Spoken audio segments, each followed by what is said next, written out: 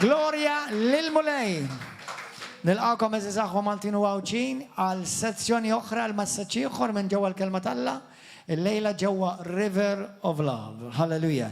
Kulħadd jaqbad il-Bibbja f'idejk, qabad il-Bibbja f'idejk u ħanamlu stqarrija tal-fidi fl-imkien. Għamlu stqarrija fl-imkien tal-fidi. Kulħadd il-Bibbja ħafna minna għandna fuq il-mobile illum il-ġurnata. Għalhekk tista' taqbad il-Bible li qiegħda fuq il-mobile u kulħadd jgħid warajja din hija l-kelma talla, din hija kelma ħajja, hija kelma eterna, hija kelma qaddisa, hija kelma perfetta li ġejja mis-sema. Nemmen fil-kelma talla. Il-kelma talla hija il-verità. Min Ġenesi sal-Apokalissi Alla hija tikellimni. Illum les biex nirċivi l-kelma tal-Mulej u għat iktar ma nerġa' nkun li stess iktar. Spiritu Santu nitolbok. Għamel il-kelma tiegħek issir ħajja f'qalbi tbiddilni u titrasformani. Niddikjara li jien għandi dak li l-Bibbja tgħid li jien għandi, jien dak kollu li l-Bibbja tgħid li jien u jien kapaċi għal dak kollu li l-Bibbja tgħid li jien kapaċi. Grazzi Mulej tal-kelma tiegħek. Fissem Ġesu Kristu. Amen. Morru fi ktib ta' Mattew kapitlu 13. Mattew 13. Lejla ħassejt li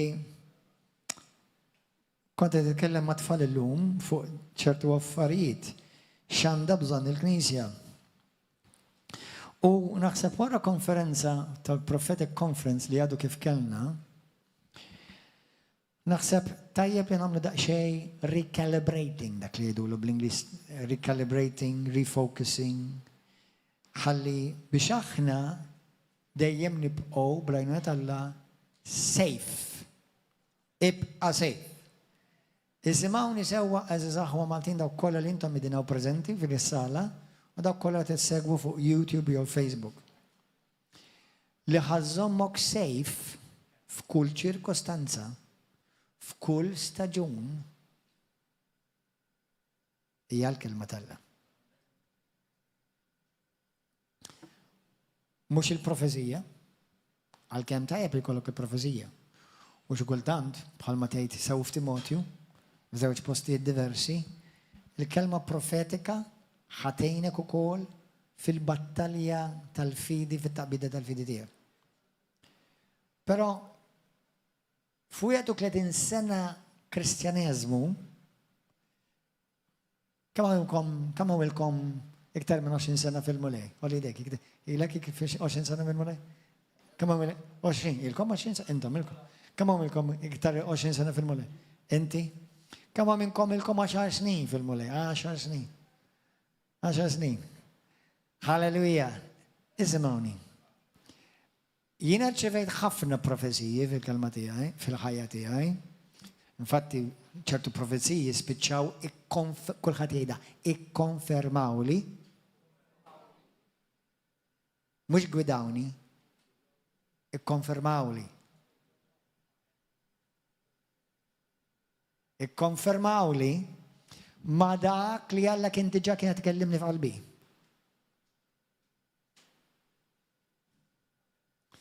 Please, jekk qed tieħdu noti, aħjar taħdu għadi.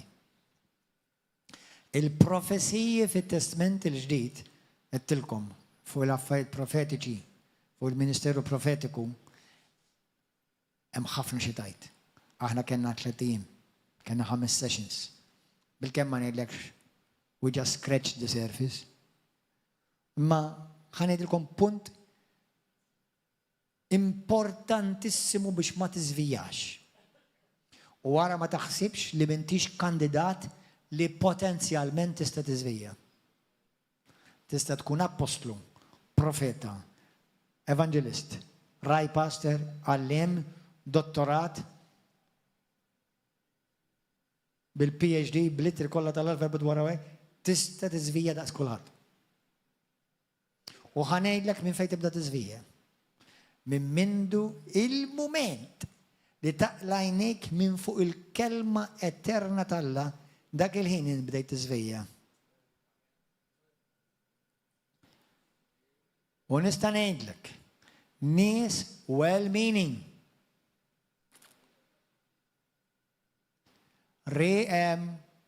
Rida tajba, iħobbu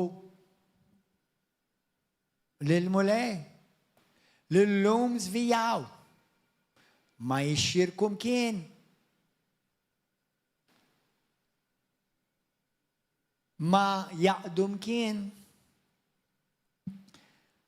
Nies li anka bosta minnhom qasmu knejjes f'Malta, fid-dinja. Nies li huma Kristjani u żewġu fi Kristu ġo knisja Kristjani b'turrum preparazzjoni bibliku żvijaw. U nista' ngħidlek fejn jiżvija. Kollha fl-istess post. Il-moment li taqla' għajnejk mill-kelma tal-Alla.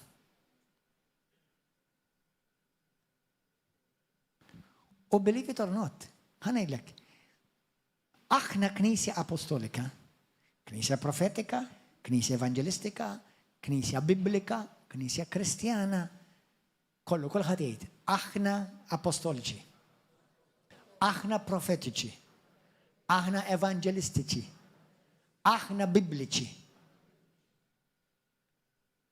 Imma li ħajżommok sekur f'kull żmien, f'kull ċirkostanza, sew personali, sew familjari, sew ekklesjastika tal-Knisja, hija biss il-kelma tal-Alla qaddiża. Dik biss ħażommok sejf, dik biss. L-oħrajn għoddhom bħala ekstra, viżjoni, ekstra bonus, profezija, ekstra bonus. Sewwa kelma ta' inkoraġġiment, ekstra bonus. Kollha kemm aħna għandna bżonn nagħmlu l-affarijiet wara kollox Alla tajhomna, imma mhux biex nirreplejsjaw il-fundament.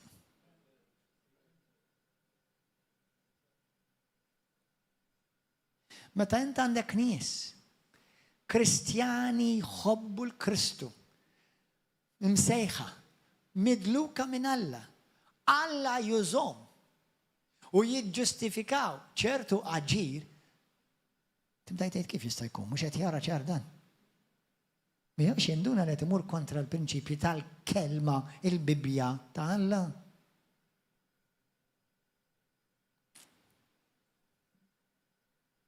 Di mhix tinduna li qed tikkontradixxi l-prinċipji u kliem ċarissimu li hemm miktub. Però meta taqla' għajnejk minn fuq il-kelma tal-Alla, you will be surprised with yourself how many things you will justify.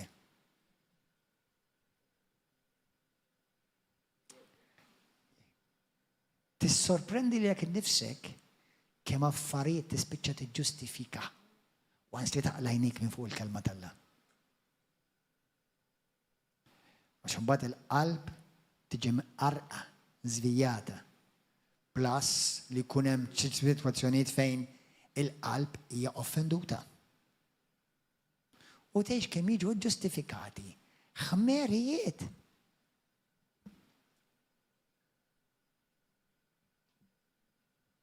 Għalhekk għamel meta jiena kont tajt ħajti lill-Kristu bħalma tafu bħalna l-koll biċċa kbira minna ġejjin minn tradizzjoni trobbija ta' Kattoliċi Romani. Għaw min kien imur il-Knisja Kattolika, għaw min ma kienx imur. Imma la twilit Malta, hekk ġejt it-tembrat. U meta jiena partikolari, kelli mħabba li l-mulej minn dukon żgħir, għax ommi u missieri tawni ċertu talim. Kemm minnkom kellkom ċertu talim. Praise God. U ċertu affarijiet kienu tajmin, mhux kollox kien ħażin. Imma qatt ma kont mallem fih dan ir-reliġjon Kattolika Romana jiena personali, kull ma tisma' arblu bil-kelma, għaw xi ħadd intom kun onesti. Għaw xi ħadd intom ġejtu ma'alma meta kont għadkom fid-dinja jew fir-reliġjon, xi ħadd lilek. God bless them all, ta' ġifieri jistgħu jsalvaw, jekk għandhom il-Ġesu jistgħu salvaw das kemm tista' salva int. Imma meta tasal għall-verità mbagħad l-affarijiet jinbidlu daqsxejn. Għaw xaħat minnkom intom meta kontu għadkom tmorru l-quddis, jew kattolċi tara l-ek nifs. Meta jina konti mor quddis, kull nhar ta' Ħadd, għamil snin imur quddis kull jum. Kon niġri mal-qassiżin. God bless them. M'għandi xejn kontra tagħhom bħala nies, il-mulej birikom u jalla kollha jkunu salvi. Imma jien personali, din hija x-xida tiegħi. Ħadd qatt minnhom ma qad qalli kull ma tisma' arblu bil-kelma hi. Għax inkella tiġi faċilment żvijjar. Għaw xi ħadd lilkom xi ħadd int għallek qgħod attent u kull ma tisma' arblu mal-Bibbja għaw xi ħadd għallek. Bħala kattolku qed ngħidlek, meta kont kattolku għaw xi kemm minnkom li intom kontu midħla bħala kattolċi rimani. Alla jħobbhom daqshekk ma jħobbu lilkom. Qed nitkellem issa fuq prinċipju biex ma tiżvijax. Għax il-kelma tal-Alla ma tinbidel għal ħadd u ma tinbidel qatt. Fis-Salmi 119, Salmi 109. Tgħidlek il-kelma tal-Alla hija stabilita fis-smewiet. Il-kelma tiegħi Ġesu jgħidlek ma tinbidel qatt u ma tispiċċa qatt. Kollox jinbidel, il-kelma tiegħu biss ma tinbidilx. Salmi 11, vers 3. Jekk il-pedamenti jiġġarfu, kif ħatibni? Kif ħajibni l-ħajja tiegħu il-bnedem ġust? If the foundations are destroyed, how will the righteous build? Kif tista' tibni? Infatti, mhux għax jiena nifhem fil-bini, hawnhekk għandna il-saħibna xogħlu bennej. Korreġini bl-awtorità, inti awtorità f'dak il-qasam. Freddy. Meta jkun hemm xi ċaqliqa jew xi konsentruri fil-binja, fejn tiċċekkja l-ewwel, bro? Fej? Fil-pedament? Ara x'kombinazzjoni. Ista taqbel miegħi, bro.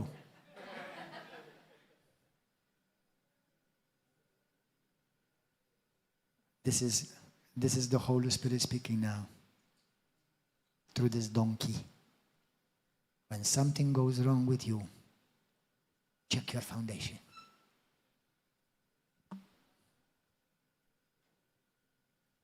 Meta xi ħaġa tmur ħażin f'ħajtek,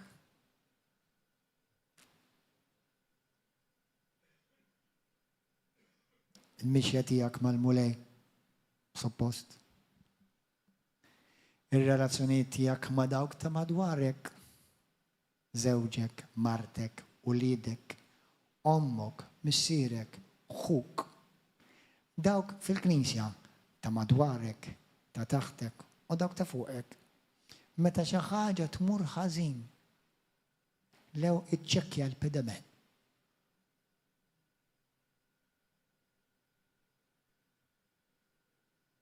U xejn Ġesu. Jekk il-pedament ma jkun sod, id-dar kollha tiġġarraf.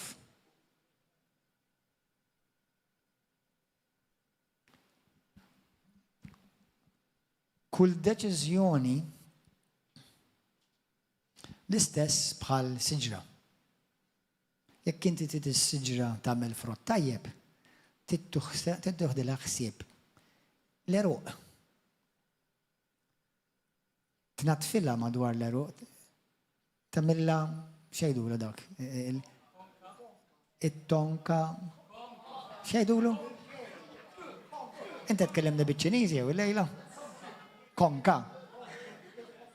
Il-konka jdula, konka, tonka, tronka. Ovvjament jiena ma tantx nagħmel dan ix-xogħol. So, u inti u tieħu ħsieb l-eruq. Sewwa biex għax jekk l-eruq ma jibqgħux b'saħħithom. U nuk li titfala l-ilma fuq il-waraq u fuq it-sok. U hekk hija l-ħajja tagħna. Hekk il-ħajja ta' Kristjan. Ħanilkom aħwa. Fil-ħajja ta' kulħadd, m'hemm bżonn tkun pastor jew apostlu jew profeta, m'hemm bżonn. Fil-ħajja ta' kulħadd. Jiena u inti aħna kellna trobbija. U jekk inti tinnota, it-trobbija li inti kellek ħadd jieħdok l-istess linja li inti trabbejt, ħadd trabbi l-istess linja li inti minn fejn ġejt ħadd mur. Tiġi qisha parti mid-DNA naturali tiegħek u dak li huwa l-ħażin titbidlu. Meta jiena nħares lej familji madwari u kollha kemm aħna ħatjin taħħadi jew f'xi area, jew f'xi area oħra, f'xi ħaġa oħra kulħadd ħati ta' xi ħaġa.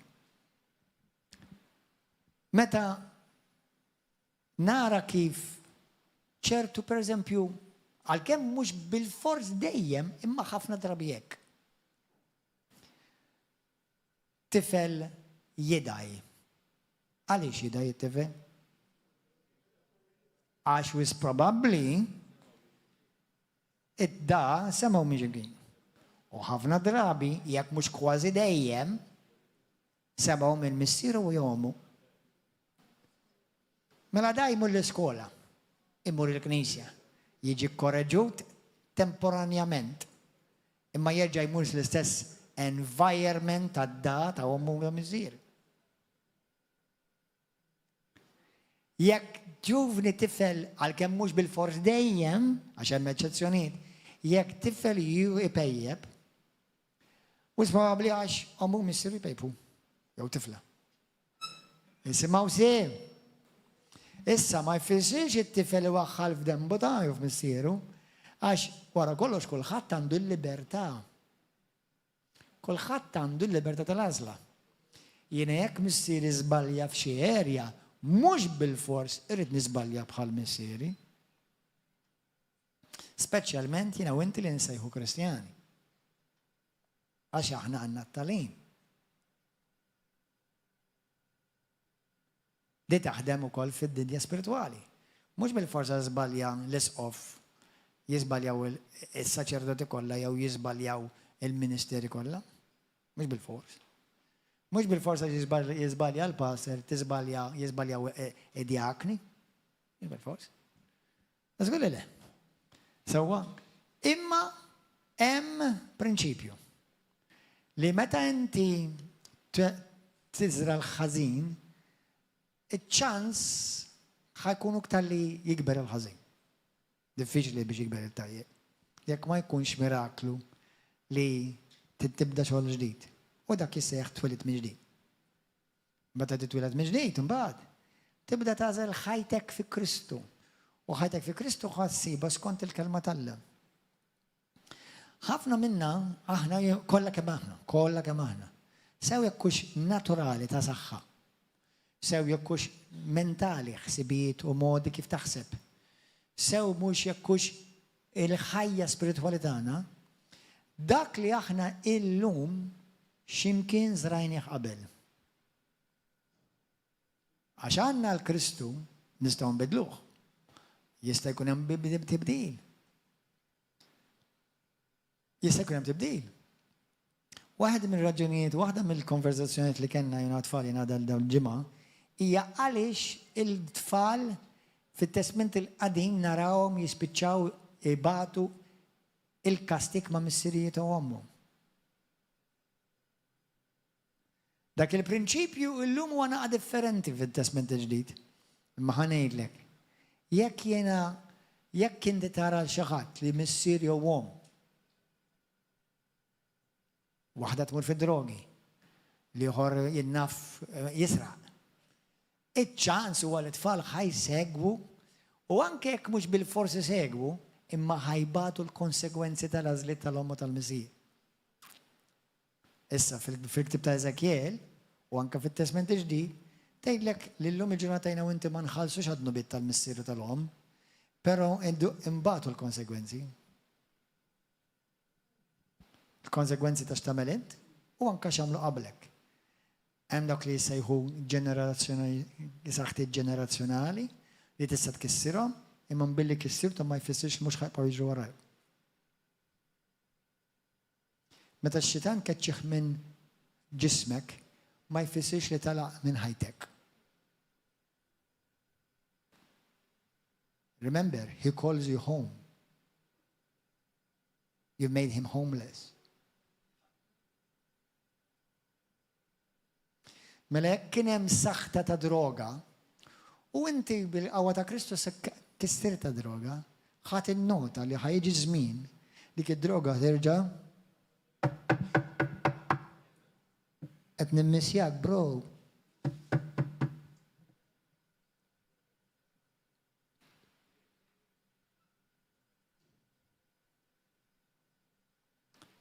Jiena diffiċli biex naqaf id-dnub ta' droga, għax qatt ma kelli droga. U Mr. Wammi ma kinux jew droga. Ma kellix dak il-background. Però kulħadd għandu xi background. U kif ħadd inbidel u bdeq pasot u fidil sal-aħħar. Billi żomma skont il-kelma. U kull deċiżjoni li inti tagħmel mhux bil-ħass u l-gass imma titiżomm trid tiġi word washed. Your brain has to become word washed. ħsibijiet irid jiġu maħsula imġedda kuljum bil-kelma. Il-moment li inti ma tagħmilx deċiżjoni f'ħajtek jekk hux xogħol, jekk hux relazzjonijiet, jekk hux finanzi, jekk hux job, jekk hux żwieġ. Jekk inti ma tagħmilx deċiżjonijiet ibbażati skont x'hemm miktub, bdejt il-ħajja tal-iżvijar. U tista' tkun qed tiġi l-fellowship. Tista' tkun qed tagħti d-deċma u l-offerta tiegħek. Però tħalli l-għadu x'imkien jiżvijak. U l-għadu qatt biżżejjed għalih joħodlok subajk jew idejk. L-għadu mhux jieqaf kemm jibilak kollok. Allura biex jiena u inti nibqgħu sodi, irridu nibnu dejjem fuq il-kelma. Ħanaqralkom minn ftit ieħor Mattew 13 li tista' ssibuh f'Luqa 8 u f'Mark 4. Ħasasik mistoqsija, irrispondi lil Alla f'qalbek. Alla kollha ħajsmana fl-istess ħin. Kemm il-deċiżjonijiet għamilt illum? Kemm il-deċiżjoni għamil din il-ġimgħa, it-tnejn, it-tlieta u l-erba' llum l-erba'.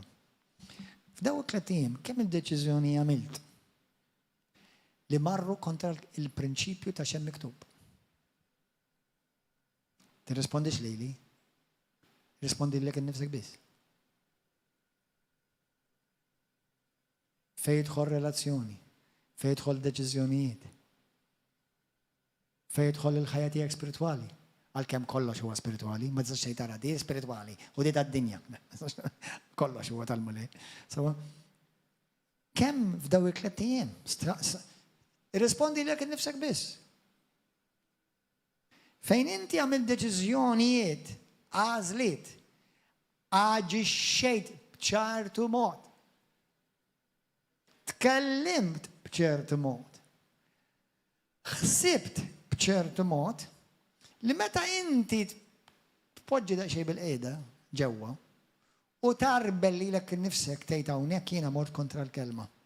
Il-mument li mort kontra l-kelma bdejt tiżvija u dnibt. Id-dnub li Adam u Eva għamlu kontra Alla għax l-ewwel dnub li għamlu huwa kontra dak li Alla qal. U jekk ħad induna, il-ħajja tiegħek ħadd id-dnubiet li ħad tagħmel jalla ma tamlux. Imma xi kultant nagħmlu d-dinubiet tal-injoranza jgħidulhom. Li nirringrazzaw l-Alla huma kkaver taħt id-dem ta' Kristu kowu. Imma jekk ma titgħallimx ħad tibqa' tagħmel dak id-dnub.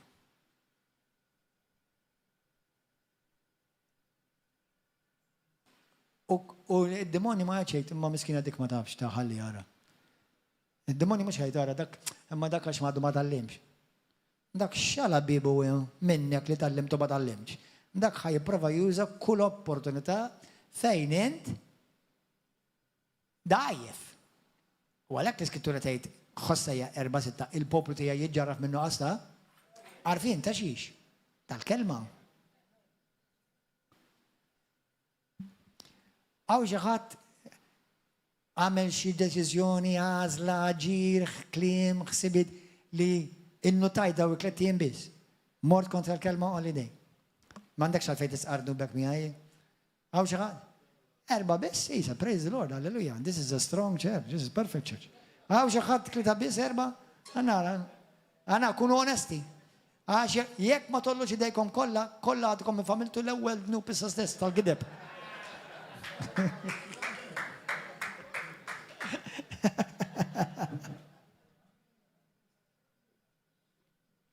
Allura, aħna fl-Amerika, isimgħuni aħwa, ma nafx kemm inkom intom issegwu preachers fuq il-YouTube. Jew God TV, Dejster. Ġieli smajtu ċertu preachers, speċjalment tal-kamp karismatiku pentekostali apostoliku, jgħidu that we are word people. Ġieli smajtu dak il-kunċett? We are word people. You know why we are called word people? Because what we're supposed to be doing is always according to the word. How many times do we don't act according to the word? Mux according to feeling, or mood, or season, mux skont il-ħass, jew kif qed inħossni bħalissa jew xed il-feeling jew għax m'għandix għabdi skont il-kelma. Għalhekk nissejħu bil-Malti ma tantx iddur imma aħna ngħidlek aħna poplu tal-kelma. We are word people. Mattew 13 morru.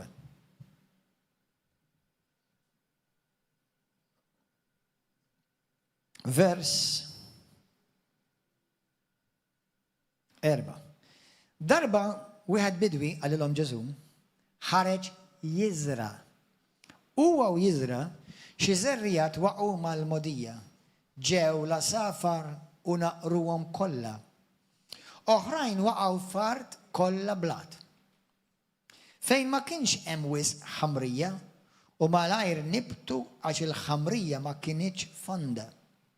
Iżda mbagħad telet ix-xemx u nħarqu u nixfu. U jiena u inti nafu xi tfisser, speċjalment daw it-3 jiem ta' Malta li kif toħroġ bil-Bibbel barra tidħol ġo forn letteralment. Għax ma kellhom xeruq. Oħrajn waqgħu qalb ix-xewk. U x-xewk kiber magħhom u ħanoqhom. Imma oħrajn waqgħu f'art tajba u għamlu l-frott minn 100, minn 60 u minn 30. Min għandu widnejh ħajisma. Issa ħajfissilhom il-kelma, il-parabola. Morru vers 18. Mela isimgħuha intom il-parabola ta' dak li ħareġ jiżra. Kull min jisma' il-kelma tas-saltna u ma jifhimix. Intom ma tifhmux qed nitkellem illejla? Għaw xi ħadd mhux qed jifhem? Għaw xi ħadd mhux qed jifhem? Mela ħadd minnkom m'għandkom skuża. Intom qed tifhmuha. Aħna qed nifhmuha. Kull min jisma' l-kelma, il-kelma talla, intom qed tismu l-kelma talla bħal. Il-kelma tas-saltna u ma jifhimix jersa il-ħażin u jisraqlu dak li jkun inżara f'qalbu. Bħalissa intom l-art jien il-bidwi, iż-żerrija hija l-kelma. Jien qed niżra f'qalbkom il-kelma talla u qed tifhmuha. Dan huwa dak li nżera mal-modija. Dak li nżera f'art kollha blat huwa dak li jisma' l-kelma u jilqaħħa minnu fih bil-ferħ. Għaw xi ħadd qed hu pjaċir li qed tirċi bil-kelma llejla? Qed tifraħ li qed tirċi bil-kelma talla? Qgħod attent. It's not over yet. It's good. But xorta tista' titlifha. Daw jisimgħu l-kelma jilqgħuha minnu fih bil-ferħ u hekk għandek tagħmel. Imma eruq ma jkollux fih innifsu. U għalhekk ftit idum.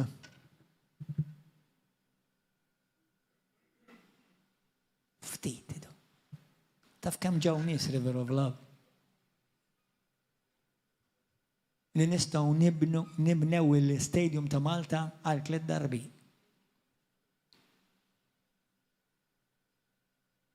Il-lejla li qiegħda u x'ħad għamel? Ħadd għamel bħalhom? U nista' nippritka sakemm jiġi Ġesu u xorta tibqa' ssir issib nies li hekk jagħmlu. U jinsew li xi darba trid tiffaċċja Alla qaddis perfett ġust. U trid tirrenda kont.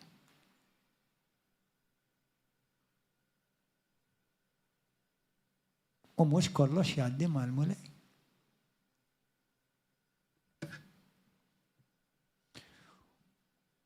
Ftit idum. Mela l-ħajja tal-Kristjan mhix għal staġun, mhux għal ġimgħa jew għal xahar, għas-sajf ma tantx ikolli xogħol. Jew lili tarani fil-miliet ta' issa, fix-xitwa fis-sajf ikolli ħafna xogħol basta. Jew darba wieħed qalli, issa mhux ħatarani għax irid neħles id-dejn.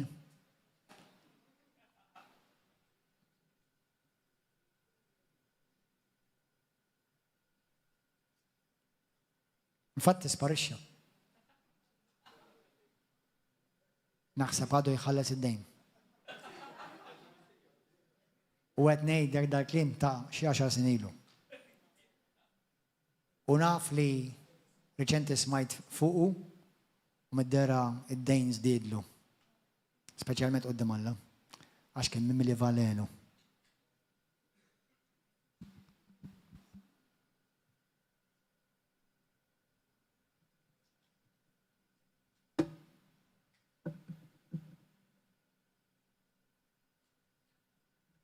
Id-dejn ta' ruħu.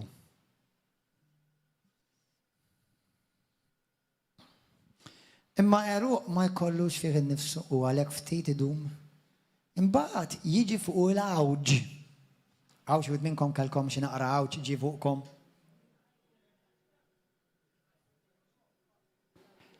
Jew isib min iħabtu minħabba x'inhi?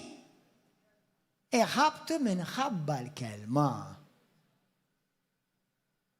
Pastor, kemm inni li sirt Kristjan, l-infern kollu għam kontra tiegħi. Le mhux kontra tiegħek, kontra l-kelma li inti rċevejt. Għax il-kelma tqazzek, il-kelma salvak, il-kelma tfejqek. Kull ma Alla għandu għalik, moħħkom għaw isimgħuha. Please, aqbduha, ikdbuha jekk qed tagħmlu n-noti. Dak kollu li għandu għalik Alla ħajwassal lilek. He's gonna deliver it to you permezz tal-kelma. Smieħ, il-fidi tiġi permezz ta' smieħ. U smieħ permezz tal-kelma. Pastor, itolbu għalija. Hawnhekk xi wħud minnkom ma tħossukom skomdi. Ġo qalbi taf xi kolli bdejt ngħidilhom? Ma rridx. Ma rridx se nitlob għalik. Għalfejn nitlob għalik biex inti tmur ix-xogħol, tmur il-baħar, tmur it-tombla. U għal-kelma u tixxirek m'għandekx ħin. Għalhekk ħanitlob għalik le, ta' mhux ħanitlob għalik. Tlob inti jekk trid.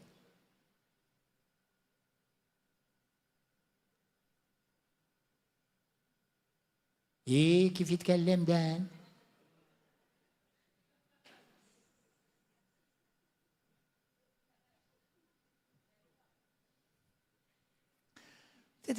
ħafna mill-Kristjani laqqas jafu li Kristu qalu dak il-kliem. Kont taf? Ġwanni 17. Qallu mistier, mhux qed nitlob għan-nies tad-dinja? Qed nitlob għal daw biss li rċevew il-kelma tiegħi. Vera? Le, ara tmur ġisib il-ximkien, Ġesu talab għad-dinja. Ġesu biss talab għal dawk li rċevew il-kelma biss tiegħu. ċertu nies nitlob għalihom biex ma noffendihomx. Ngħidulhom ejwa ħanitlob għalik. Biex ma jaħdux għalihom.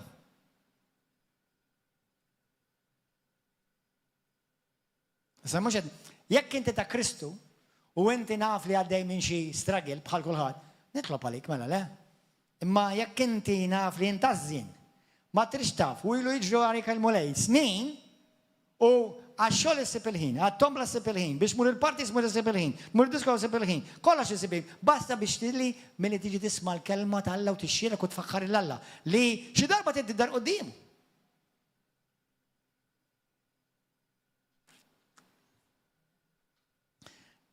Nis Kristjani, ma għandkom l-ebda obbligu tidolbu għan-nies għad-dinja.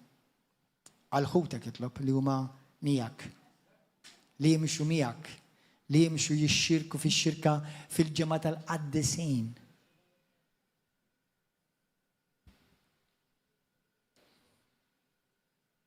Kontu tafu għadin li Ġesu ma jitlobx għad-nies tad-dinja?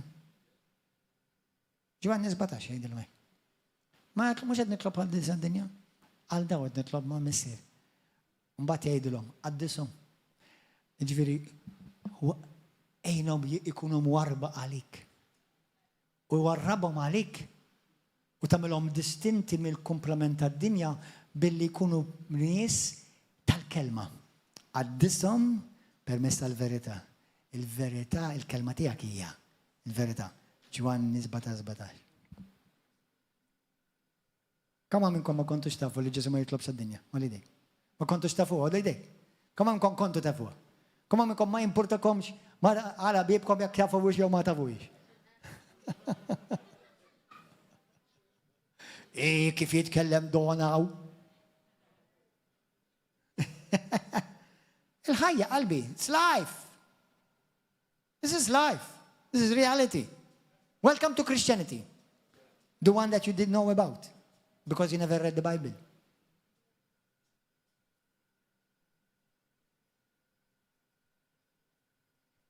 Gordon ġa Manchè, kull jum, mhux dejjem jirnexxieli u mhux il-ħin kollu jirnexxieli, kull deċiżjoni nagħmilha skont il-kelma.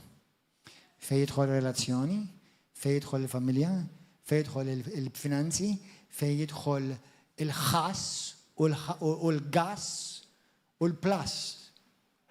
Kollox, irid nagħmel, f'moħħ irid nagħmel dan l-arbil. Jien dan da skont il-kelma tal-Alla. Tidejlkom għaliex. Taf li intom fi ktib ta' nsejt flima Ġwanni għandukom. Ġwanni jek tista' ssibili Mikajas. Ġesu għalek, bl-Ingliż jgħidek, on that day, on the day of judgment, I will not judge you. It will be my word that will judge you. Ġifieri Ġesu għal f'dak il-jum mhux jiena niġġudikakom Alla, għal il-kelma tiegħi tiġġudikakom. ċiġifieri, kif ħaj ġudikana fl-imma versi? Ġwanni 12? Vers 48, xtajt bil-Malti. Iġifieri, inti jekk inkunu qed nagħmlu qed ngħixu ħajja li nafu konxja qed imur kontra l-kelma tal-Alla, jien qed illessi ruħi nafu xiex ħan iġġudikat. Qed ngħix jien skont il-kelma tal-Alla. Iġifieri li naqbes il-ħass x'inxidilli jiena x'inhu l-opinjoni, xejn id-dinja. Għalhekk aħna nies imqazzata. Meta tgħid imqazza ġifieri inti persuna mwarrab xejn bil-Malti.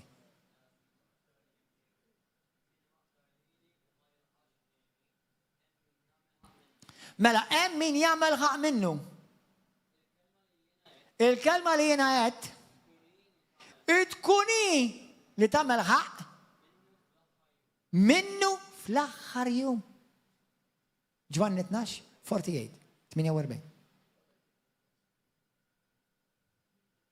Thank you. Mawx għalik. He that rejected me and received not my words had one that judged him, and the word that I have spoken, the same shall judge him on the last day.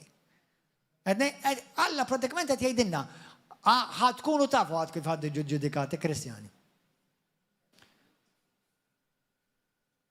Gordon, hawnhekk inti ma ġixxejt skont il-kelma, ma kellekx skuża, kont taf x'kellek tagħmel.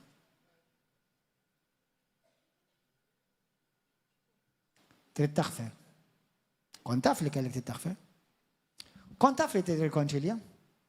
Kont taf li tittat id-deċma l-offerta tiegħek? Bik mhux fit-testament tal-qadim. U inti taħseb li ħad argumenta ma' Kristu? Ftakkar li Ġesu Kristu huwa l-kelma, Kont taf li tixxierek u x'vera? Gordon ngħidli ħa nagħmel bik issa. Għax inti taf issa fuq xiex qed tiġi ġudikat għax il-kelma tiegħi qed tiġġudikat. Li jien stess ippritkajt, xi pjaċir.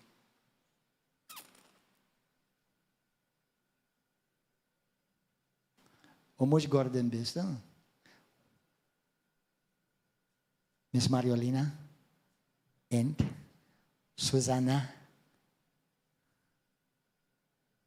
Mr. and Mrs. Gallia, kollha kemm intom. Kollha kemm intom li taraw dan il-programm. Kollha kemm intom li tisimgħu. Int min int. Il-kelma talla tiġġudikak. Il-kelma talla salvak. Il-kelma talla tfejqek. Il-kelma talla teħilsek. U bil-kelma kien joħroġ ix-xjatin. U bat il-kelma u fejjaqhom. U l-kelma daħlet fl-Adam bejn l-Adam u bil-Mudullum. U l-kelma saret bniedem.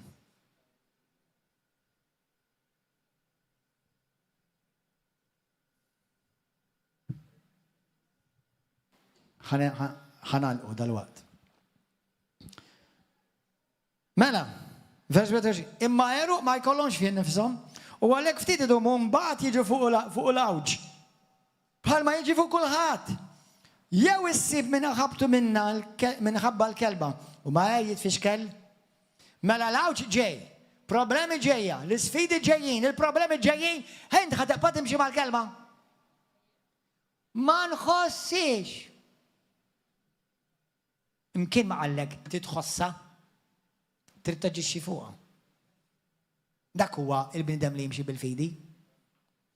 Dak li nżara qalb ix-xewq huma dawk li jismaw il-kelma, iżda l-inkwit żejjed għall-ħwejjeġ tad-dinja u l-ġibda għall-ġid tal-art joħon ilhom il-kelma u għalhekk ma tagħmilx frott. Bħal dak li qalli ħanħallas id-dejn l-ewwel. Bħal dawk li jgħiduli għax issa bħalsa fis-sajf ikonna ħafna xhur. Ħanejlek ħabiba. Naf il xi ħadd li kapaċi waqfek instantanjament. Mhux għal-Alla ta' ngħidlek, marda. Marda li tista' tiġi fuqek f'ħakkatejn mingħajr ma tistennija. Tieqaf ikollok imbagħad. Imbagħad il-klijenti tista' bil-forsa jgħidulhom ma nistax niġi, jew ma nistax naqdik għax issa marrit. U għejdlex konfidenza ħajkollok dak il-ħin tgħidlu mulej. Fejjaqni. Mhux qed ngħidlek Alla ma jridx fejqek. Sempliċement ngħidlek jekk il-ħin ma jkollokx il-konfidenza issa. Għax inti taf li l-Alla warrabtu. U ma qbajtx tpoġġi l-kelma l-ewwel.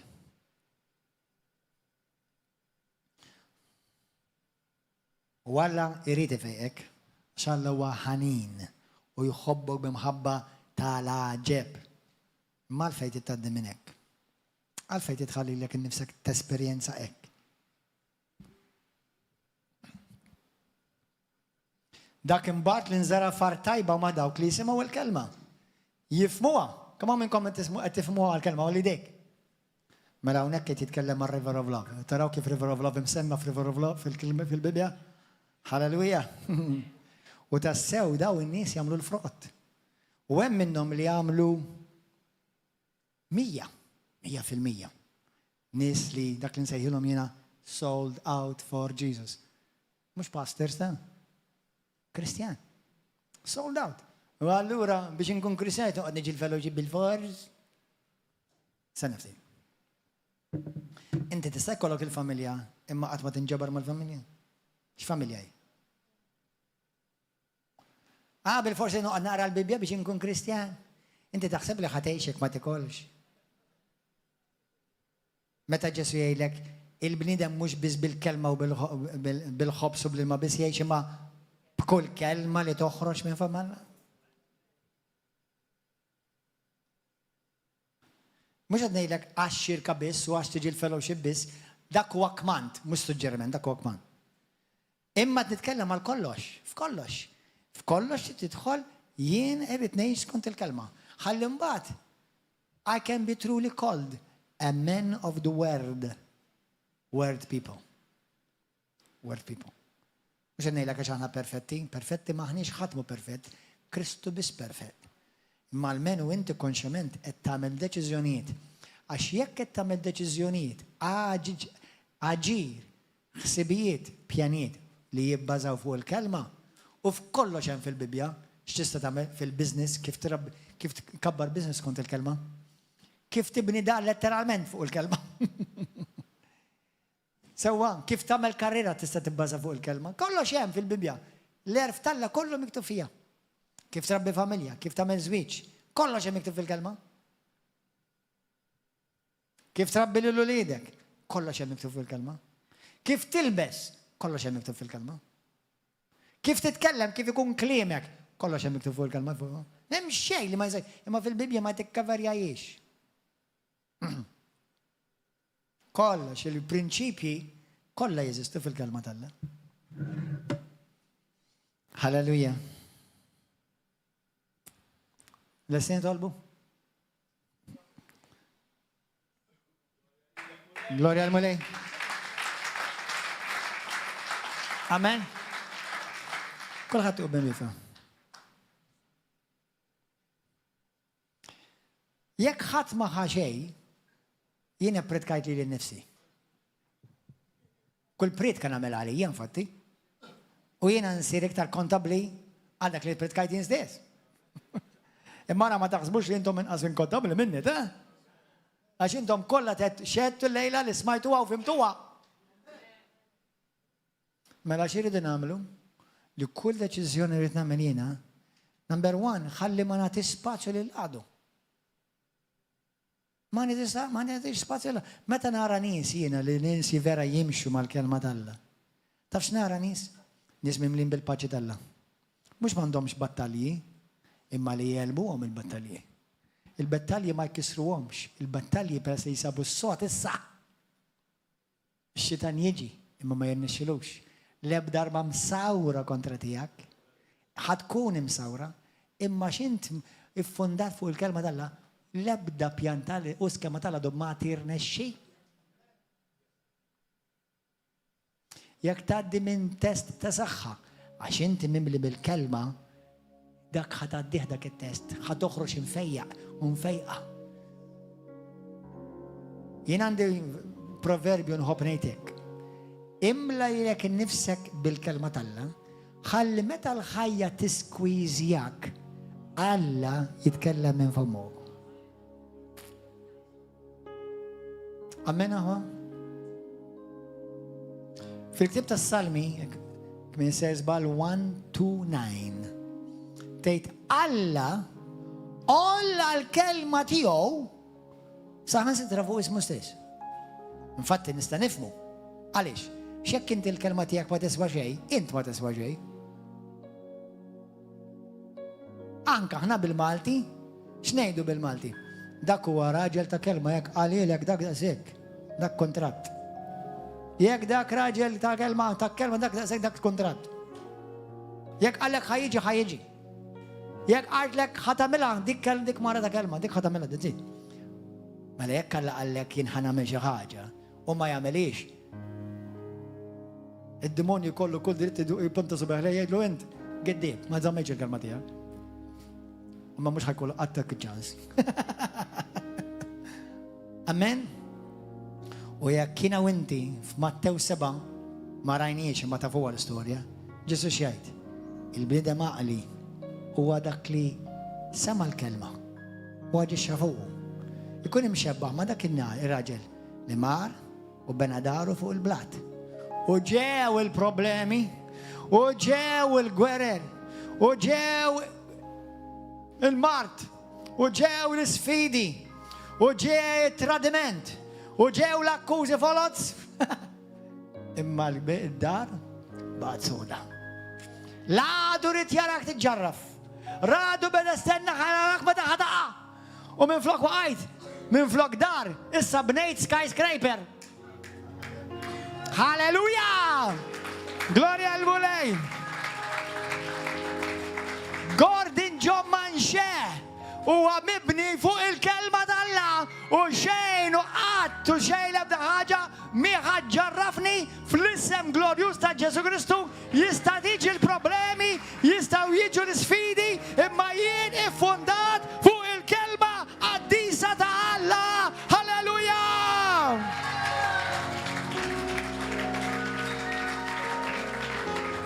U din hija testimonjanza tiegħek. Din hija x-xhieda tiegħek kulħadd jolli dej. Għid il-kelma warajja u fissirha minn qalbek, mhux pappagallizmu. Kulħadd jgħidha minn qalbek, jgħidlu number 1 Mr. Qaddis. Grazzi tal-kelma tiegħek. Il-kelma tiegħek hija tant potenti mulej li il-kelma int stess ġi fuq din id-dar, fuq din l-art, fuq din id-dinja u sar bniedem. Ammar fostna. Rajna l-glorja tiegħu. Bata għalija. Issalla fuq is-salib. Imma xi l-kelma hija eterna u ma tmut qatt. Meta difnuh il-kelma tal-logos tal-la Ġesu Kristu irixxoxta. Mulej, aħfilli d-nubiti. Fejn jiena d-dnibt kontra tiegħek u d-dnibt kontra il-kelma. Nitolbok Missi, nitolbok bħala ibnek illum u bintek. Allimni ngħix skont il-kelma tiegħek mulej. Fil-ħajja kollox huwa temporanju, kollox jgħaddi. Sew it-tajjeb, sew is-sabiħ, u sew l-ikraħ u l-ħażin, kollox jgħaddi. Imma l-kelma tiegħek ma tgħaddi qatt. Qatt mulej. Mulej bil-kelma qaddisa tiegħek infidli qalbi. Fejjaqni. Opera fija. Aqla minn ġo fija. Dak kollu li offendi l-kelma tiegħek. Biddilni mulej, trasformani. Illum irrid nkun bħal dak il-bniedem għaqli, mhux iblaħ. Illum smajta l-kelma tiegħek. Bil-grazzja tiegħek irnexxieli nifhimha. U llum nagħmel deċiżjoni li ħajti ħad tkun mibnija fuq il-kelma tiegħek. Xtejt int, mhux xjejdu ċ-ċirkostanzi, mhux xjejdu l-profesiji tajbin jew ħżiena, mhux xjejt l-news, l-aħbarijiet, mhux xjejt it-temp, mhux xjejdu anka dawk ta' madwari li forsi well-meaning, imma tmur kontra l-kelma. Abba Missi, minn qalbi nitolbok. Bħalma darba Re David qal fis-Salmi. Ruħi tifraħ fil-kelma tiegħek. Nittaxxaq meta nimmedita l-kelma tiegħek. Ferħ kbir timtela qalbi bħal wieħed li jsib teżor kbir meta nsib il-kelma tiegħek. Spiritu Santu, għejni biex ngħix din ir-realtà, biex ngħix din il-ħajja b'revelazzjoni li ħajti dari tkun tassew mibnija fuq il-kelma tiegħek. Id-dinja tejb tgħaddi mal-kelma tiegħek Ġesu, ma tgħaddi qatt. Fejn jiena dnibt kontra tiegħek mulej. Ferjas fejn jiena ma narajtx il-kelma tiegħek. Fejn jiena ma narajtx x'qed int imma konsidrajt fuq xtejt id-dinja, x'jgħid l-għadu, x'jgħidu ċ-ċirkostanzi jew il-ħass u l-emozzjonijiet. Mulej irrid konxjament nonora il-kelma tiegħek. Għax il-kelma tiegħek hija ħajja, hija fejqan, hija l-ikel tiegħi ta' kuljum.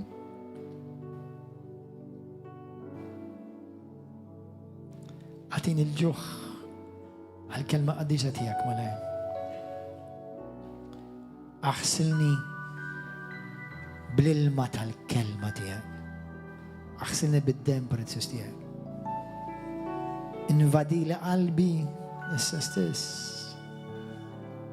L-Ispiritu Santu. Allimni Mulej. Għatini revelazzjoni biex meta naqra l-kelma tiegħek nifhimha u naġixxi fuqha. Mhux temporanjament. Imma sa dak il-jum li inti sejjaħli biex inkun miegħek. Naħfer Mulej. Mexxini, iggwidani skont il-kelma tiegħek. La tħallinix inqarraq bija nnifsi. U nemmen il-gideb tiegħi stess. Jew il-gideb tad-dinja, jew il-gideb tat-tfesfis, jew il-gideb tal-ħass u ċirkustanzi. La tħallinix inkun imqarraq. Imma dejjem bajnejja fokati fuqek Ġesu il-kelma tal-Alla. Illum jiena nirrinunċja. Iddikjaraw għadi, nirrinunċja. Nirreġetta. Kull spiritu ta' gideb, kull spiritu ta' konfużjoni, kull spiritu ta' kundanna. Nirrinunċjahom minn fuq ħajti. Fissem Ġesu Kristu. Itfa' fuq Mulej l-ispiritu tal-biża' tal-Alla, l-ispiritu tal-erf, l-ispiritu tas-suppliki, l-ispiritu tal-arfin tiegħek, l-ispiritu tal-qawwa tiegħek. Ġesu, inti l-kelma tal-Alla, inti tammar fija. Mexxini inti fis-sewwa, fil-verità assoluta, f'kull area u fuq kull ċirkustanza ta' ħajti. Fejn hemm il-verità, il-gideb ma jistax joqgħod. Fejn hemm il-verità tiegħek Mulej, ix-xitan ma jistax jopera. Għax ix-xitan huwa giddieb. U kliem huwa giddieb. Mulej ikxef fejn f'ħajti hemm areas li jiena emmin xi gidba. Min tal-għadu. U għejni biex ngħix skont il-verità eterna tiegħek li ma titbiddel qatt. Dan nitlob minn qalbi lilek Missieħ. Fisem Sidi Ġesu u għal-glorja tiegħek. Permezz tal-Ispiritu Santu għal dejjem ta' dejjem. Amen, amen, amen. Halleluja. Glorja lil Mulej. Amen. Thank you, Jesus. Halleluja. Il-paċi ma'kom. Narawkom l-ġimgħa tal-fis-seba' u narawkom is-Sibt u l-Ħadd. Għatu tanni għal il-xixin. God bless you, YouTube.